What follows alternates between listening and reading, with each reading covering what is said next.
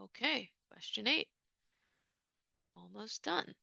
Looking at our answer choices, we have the new jogging shoes were tested by Jack. Okay, this is probably not going to be right just because this is the passive voice were tested by, and that's usually not right. It's not grammatically wrong. It's just teachers don't like it. I actually don't really mind it a lot of the time, but in general, passive is like not preferred. It's not wrong. It's just not preferred.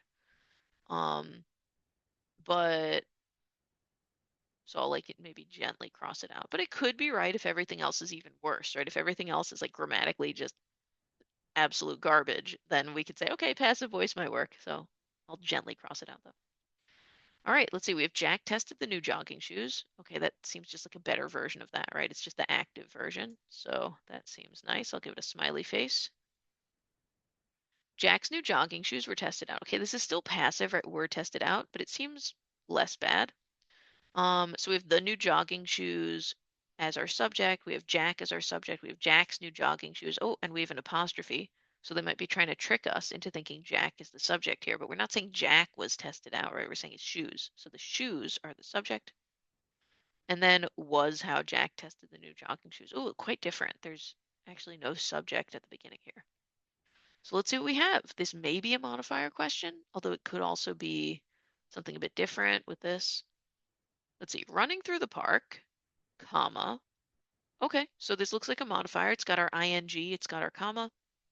Running through the park. So our question then is, who is running through the park? Probably Jack, it sounds like. Running through the park, Jack tested the new jogging shoes. Yep, this seems right. Because the new jogging shoes technically are sort of running through the park, but it's a weird way to say it. We probably wouldn't say the shoes were running, like, so we'll cross that out for sure. Here again, the shoes are the subject, right? Jack is not the subject. It's just telling us it's his shoes. The shoes are the subject that were tested out, so that's wrong. They're not running by themselves. And then here, running through the park was how Jack tested the new jogging shoes. That could work if we had no comma. If we get rid of this comma, then this could actually work. It's a little informal, like was how he tested, but it could work if we didn't have a comma. But with the comma, this is not going to work.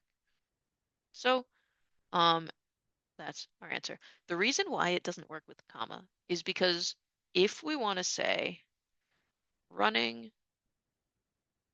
was how he tested the shoes, then running is our subject. And we don't want to separate our subject from the verb with a comma unless we have a really good reason. Like if we're inserting a non-essential comma phrase, then we can do that. We could say like running, comma, which is tiring, comma, was how he tested the shoes. That would be okay. But unless we're adding a non-essential comma phrase, we really don't want to have a comma there.